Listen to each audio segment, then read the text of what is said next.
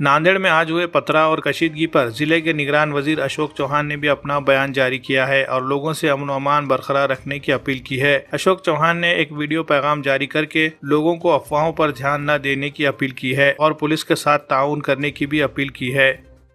त्रिपुरा येथे घडलेल्या घटनेच्या निषेधार्थ आज संपूर्ण देशामध्ये विशेषतः मुस्लिम बांधवांनी बंद पुकारला होता आणि काही ठिकाणी त्याचा परिणाम असा झाला की काही ठिकाणी दगडफेकसुद्धा हिंसाचाराच्या घटना या नजरेस आलेल्या आहेत। नांदेडमध्ये 2 ते 3 ठिकाणी काही मुलांनी तरुण मुलांनी दगडफेक केल्याची घटना समोर आलेली आहे। काही वाहनांची नासधूस झालेली आहे। मी जनतेला आव्हान करेन की थोडं संयमाने आपण सर्वांनी या गोष्टीकडे लक्ष दिलं पाहिजे।